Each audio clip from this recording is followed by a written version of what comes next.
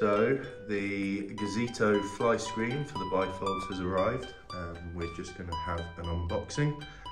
Everything looks good, so we'll see what's inside.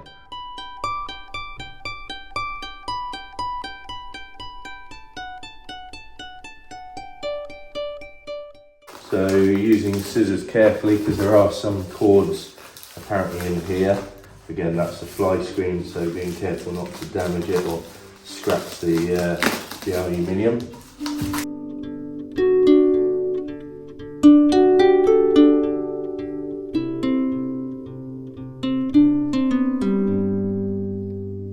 Hey you, I think you should know. Hey you, I'm feeling it so.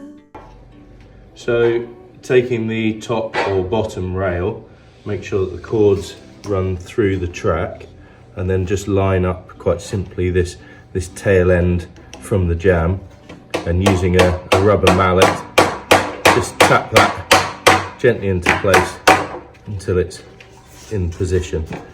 Now you need to do that on all four corners, and then we'll start to fit it.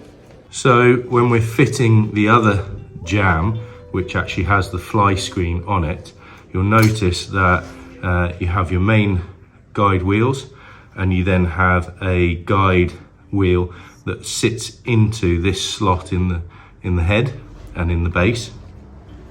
So what we need to do is make sure that when we fit this, we first get the actual fly screen in, and then we make sure that this guide wheel is now sliding in as we actually fit the rest of the frame together. And in the same way, just using a small mallet, we'll then knock this together.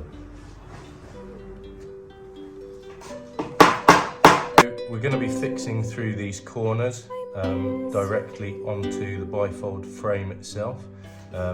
These ones are just about right. There's enough clearance just underneath to actually get probably around about 10 mil of thread in.